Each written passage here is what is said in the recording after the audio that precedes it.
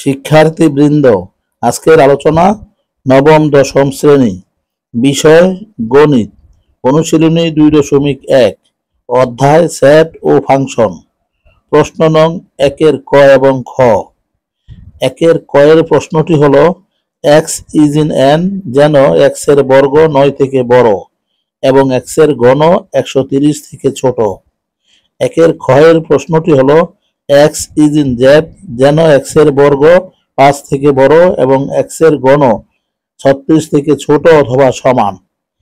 এখানে এন বলতে গেলে সকল স্বাভাবিক সংখ্যার সেটকে এন দ্বারা প্রকাশ করা হয়, অর্থাৎ এন সমান 1, 2, 3 ডট ডট ইত্যাদি হতে পারে। জেড বলতে গেলে পূর্ণ সংখ্যার সেটকে বোঝানো হয়, অর্থাৎ পূর্ণ সংখ্যা বলতে গেলে 0, +-1, +-2 ইত্যাদি হতে পারে। তাহলে 1-এর ক এর সমাধানটি হলো, দেওয়া আছে এক্স ইজ ইন এন যেন এক্স এর বর্গ 9 থেকে বড় এবং এক্স এর ঘন 130 থেকে ছোট। তাহলে দ্বিতীয় লাইনটি হবে এক্স ইজ ইন এন যেন এক্স এর বর্গ 9 থেকে বড় এবং এর পরিবর্তে ইন্টারসেকশন।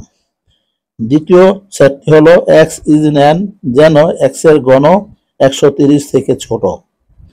এখন 4, 5, 6 এই স্বাভাবিক সংখ্যাগুলোর বর্গ 9 থেকে বড়, আবার 1, 2, 3, 4, 5 এই সংখ্যাগুলোর ঘন 130 থেকে ছোট।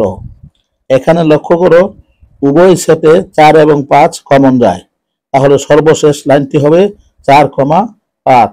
খ এর সমাধানটি নিম্নরূপ, দেওয়া আছে এক্স ইজ ইন জেড যেন এক্স এর বর্গ 5 থেকে বড় এবং এক্স এর ঘন 36 থেকে ছোট অথবা সমান।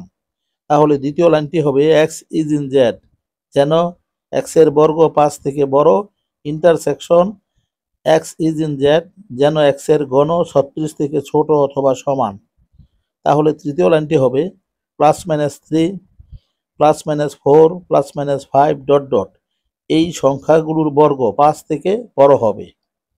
তাহলে দ্বিতীয় সেটের ক্ষেত্রে ডট ডট -5, -4, -3, -2, -1, 0, 1, 2, 3 এই সংখ্যাগুলোর ঘন 36 থেকে ছোট অথবা সমান হবে।